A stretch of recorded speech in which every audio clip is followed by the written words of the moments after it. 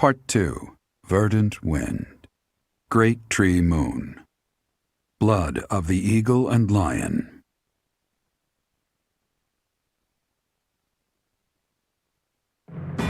Now in control of the Great Bridge of Myrdin, the Alliance army invades the Imperial territories. In response, the Imperial army garrisons soldiers at Fort Mercius. All of that went about as well as it could have. Each lord has agreed to provide us with soldiers and supplies. I'm impressed you were able to convince all of those scattered nobles to help us. I thought they would quarrel about how much support they should each provide. That's what they usually do. Well, Count Gloucester took the initiative in taking on responsibilities. I presume that was because you spoke with him in advance, Lawrence. I merely explained the situation at hand. Then my father simply followed your lead, Claude. It was because you had the professor there to represent Lady Rhea. My father is a pious follower of the Church of Seros. I don't doubt it. I wasn't under the delusion that it was my personal charm that unified everyone. Thanks for that, by the way.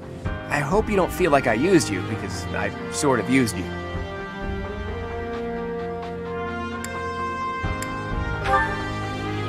I appreciate that. We don't have time to be picky about our methods. But be honest, you're having a hard time adjusting to your new role, aren't you?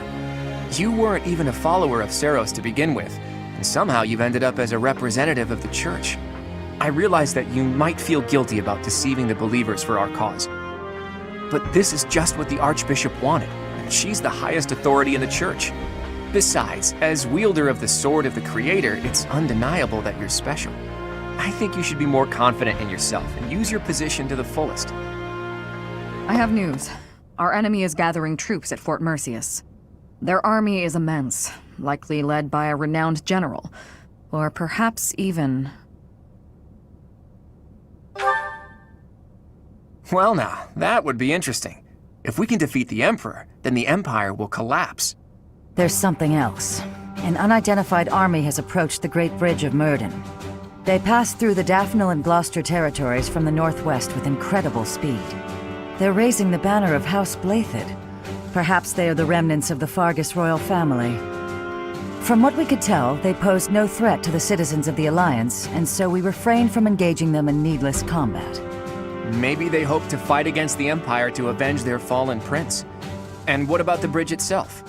Obviously, we wouldn't let them pass without receiving envoys first. We thought they may try to force their way through. We considered firing warning arrows, but they left immediately, heading east. Are they intending to use one of the bridges in Ordelia territory? Most likely, but the Imperial Army still controls those bridges. I can't imagine what they intend to do in the Empire, even if they do manage to break through. I'm reluctant to ease up on our surveillance, but it would be difficult to track them there. For now, let's assume they're just troops belonging to the Old Kingdom. In any case, we should proceed with caution. Soon we'll be entering Empire territory ourselves. If our enemies are going to intercept us with an attack, it will probably be at Gronder Field. How fitting that it was the site of the Battle of the Eagle and Lion 5 years ago.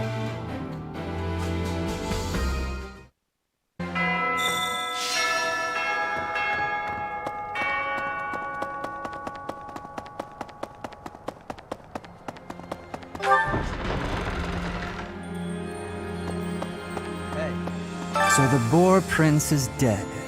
Decapitated, I hear. I haven't seen the severed head myself. Perhaps he's still alive and leading that army. Don't patronize me. If his head is still attached to his body, I'll remedy that without hesitation. Either way, a major battle awaits us. Try not to die. I'd be annoyed if you did. After we cross the Great Bridge of Myrdin, we'll be in my father's territory. We actually crossed it 5 years ago for the Battle of the Eagle and Lion, remember? Oh, this is terrifying. What am I gonna do? I gotta get a grip. You think we'll meet him on the battlefield and he'll kill me? The front lines cover a long stretch of land, you know. We might not even run into him.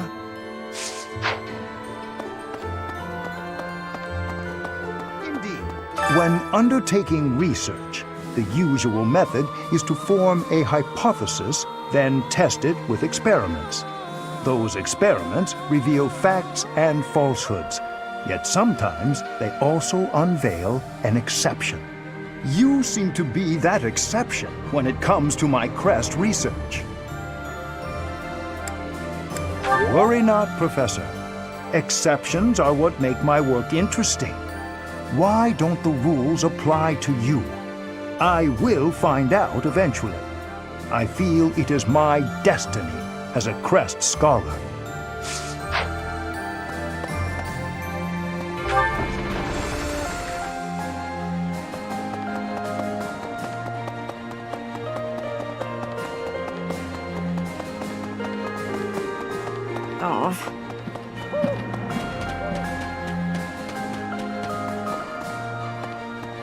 So, the campaign continues, does it? Well, allow me, as a professional recluse with 10 years of experience, to volunteer for, staying behind. Oh, who am I kidding? The fighting won't stop until we've defeated Edelgard, will it? Or until we lose, I guess. But there's not much use in thinking about that. It's like this. I'm a graduate of the Golden Deer House, but that was a little before your time, Professor. We won the Battle of the Eagle and Lion. Of course, we mostly have Holst to thank for that. And now he's the greatest general in the Alliance. I didn't do so great in comparison.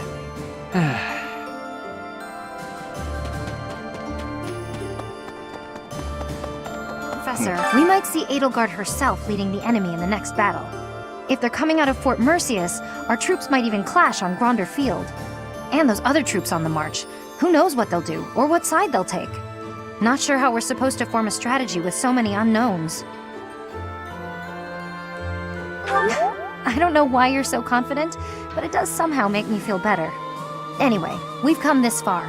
Let's just keep putting one foot in front of the other and see how far we get. No. The Great Bridge of Myrdin was considerably better fortified than it was 5 years ago.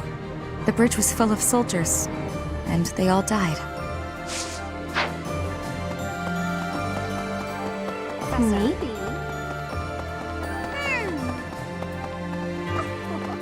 Claude was saying that our next battle might be in Gronder Field. Is that right? Reminds me of the Battle of the Eagle and Lion. But of course that was a very different time. When it was over, all 3 class heads complimented each other on their bravery. And then we had a party. But we can never go back to that, can we? Right. So, we're finally going to set foot in the Empire. I'm starting to get a little nervous. I guess there's a good chance we'll be fighting more old friends from here on out.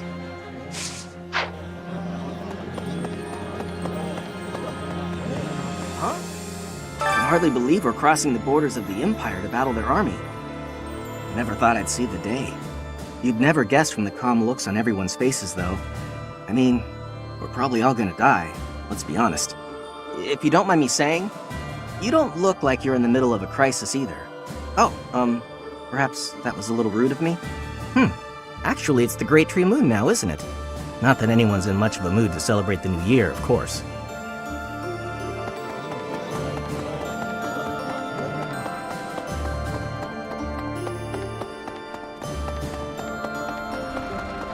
Professor, thanks to our victory, I've been able to study the Great Bridge of Myrdin at my leisure. And you know what? It's an astounding structure. So much history there. Imagine how much time and effort it must have taken to build something that big. Over water, no less.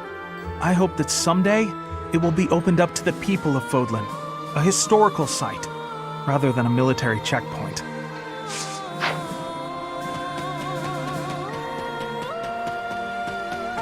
The Battle of the Eagle and Lion.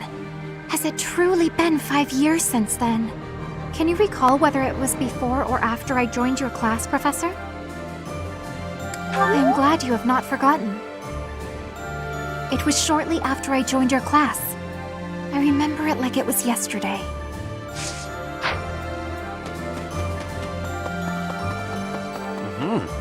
We captured the Great Bridge of Myrdin, but the fight has only just begun. Enbar, the Imperial capital. lies far to the south beyond Gronder Field. And waiting for us on the way there is the entire Imperial army, with twice as many troops as us. We had better brace ourselves.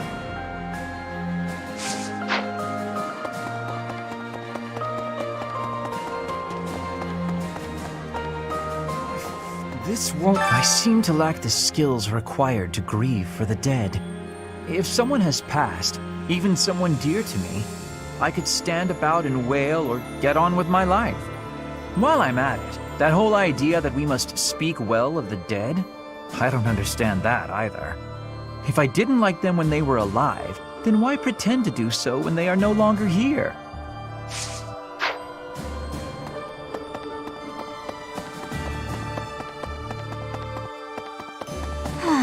So, we're finally moving into enemy territory. We can expect the war to get even more intense from here on out. I'm really feeling the tension now. I have almost no experience with battles of this scale. Professor, I'll be grateful for your leadership on the battlefield. I know I can trust you. Professor? The time's come to fight the Empire, huh? Wow, it's shaping up to be quite the battle. And I've got no problem with that. But that mystery army really worries me. There's no indication if they're friend or foe. Who do you think they are, Professor? Not unless he rose from the grave to secure revenge. That would mean... Actually, I have no idea what that would mean. Well, whoever they are, I hope we can avoid fighting them.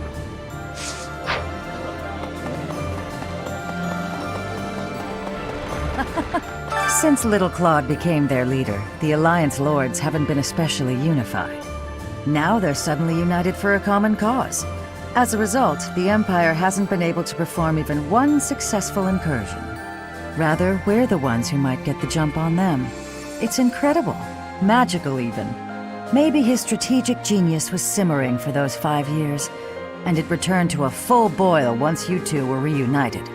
Or maybe he always knew he'd meet you again, and he was preparing for that this whole time.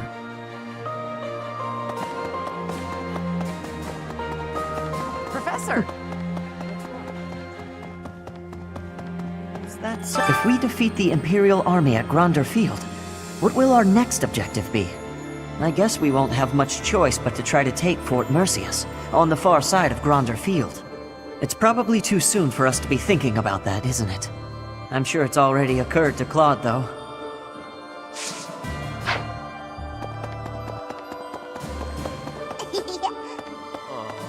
I gotta say, it's tough to keep the fighting spirit alive when you recognize your enemies on the battlefield. Hey, come on. Even I know we can't do that. Just because we're fighting someone doesn't mean we gotta hate them. That's probably the worst thing about war.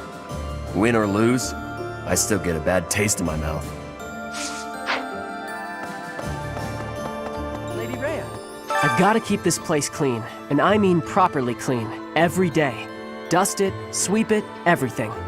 You never can tell when Lady Rhea might be back.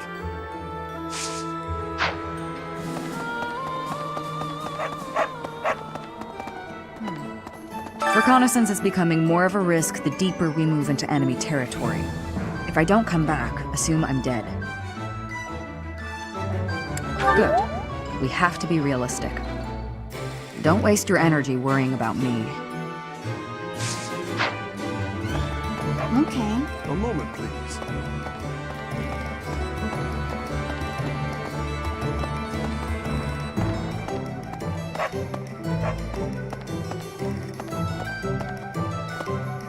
Since you secured the Great Bridge of Myrdin, trade got a lot easier within the Empire. Nevertheless, profits are rather thin compared to how it was 5 years ago. You can't be much of a trader unless you're prepared to traverse the whole of Fodlan. Greetings, Professor! Nothing to report. I hear we're sending troops to Gronder Field next. Is that what's what? That whole area is in the territory of House Burgleys. It's famous as the main granary of Fodlan. If we could capture it, we probably wouldn't have to worry about food anymore. Bread for all!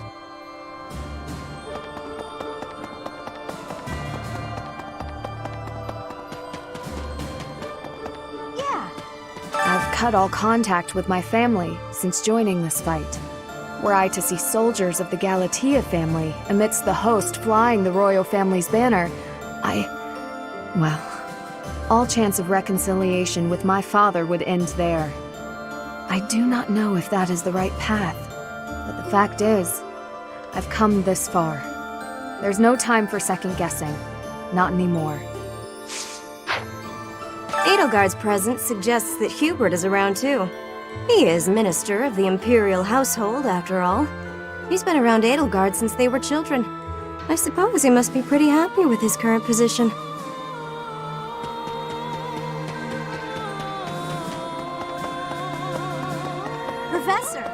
Professor! Word just reached me that the Empire has stationed soldiers in Fort Mercius. If they decide to dig in their heels and defend the fort, we'll be in a difficult situation. I hear it's an impregnable keep, surrounded by high ramparts. Taking it would not be easy.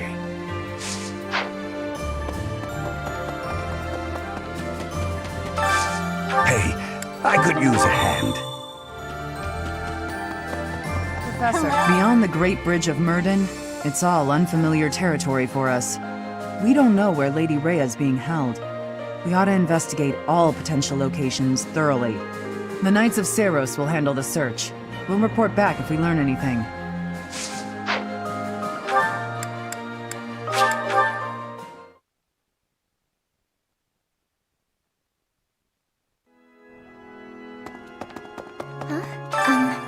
I heard that some unidentified troops have appeared, but apparently they were flying the flag of the Fargus royal family.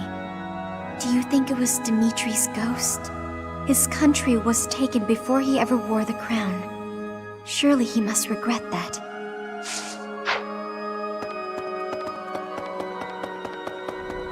Hi there! Claude seems filled with confidence, but I wonder if everything really will be okay. The Imperial Army might be hiding the Emperor, and the troops headed south might belong to the Old Kingdom. I'll be honest, I'm incredibly uneasy about all of this. But at this point, there's no option but to move forward. I trust you and Claude, but I feel uneasy. If we lose in the next battle, the Empire's army will likely come surging into Alliance territory. If that happens, my parents won't escape unharmed. They've raised their anti-Imperial flag after all. Thank you, Professor. I'll fight with all I've got to. Speaking with you has eased my mind a bit. Just enough, in fact, to put me in the mood for sweets.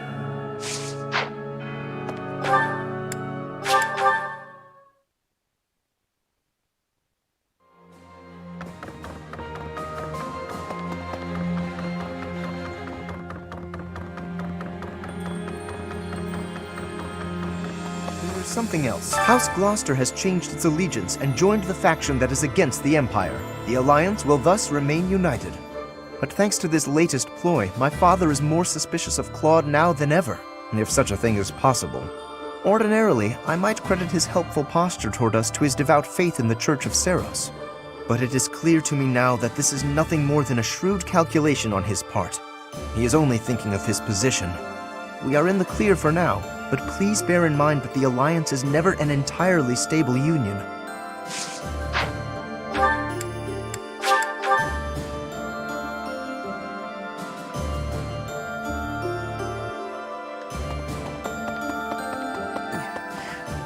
Each time we press forward, our search for Rhea broadens to a wider area. I certainly hope we will find at least some clue. But I do suspect I already know where she is. If I'm right, and she is in the Imperial capital, then we cannot save her until we topple the Empire. Could I trouble?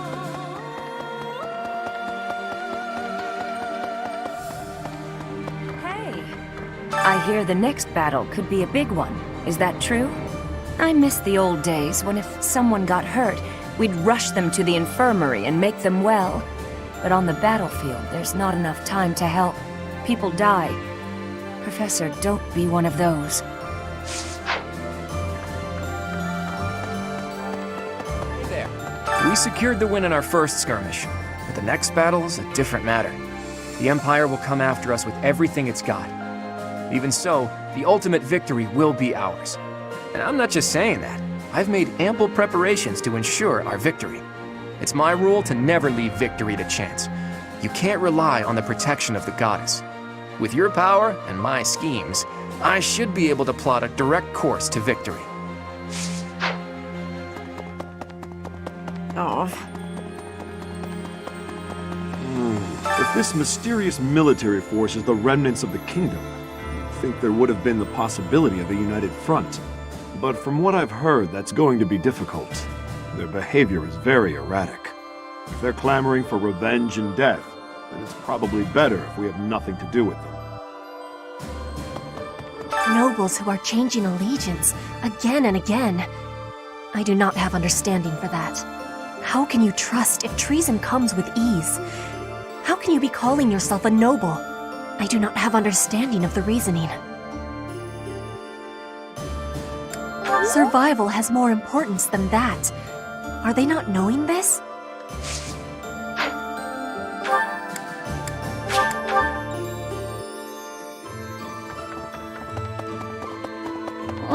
So, we're finally invading Empire territory, huh? There's not much we can do right now, except pray for deliverance. I truly believe that we have it in us to succeed.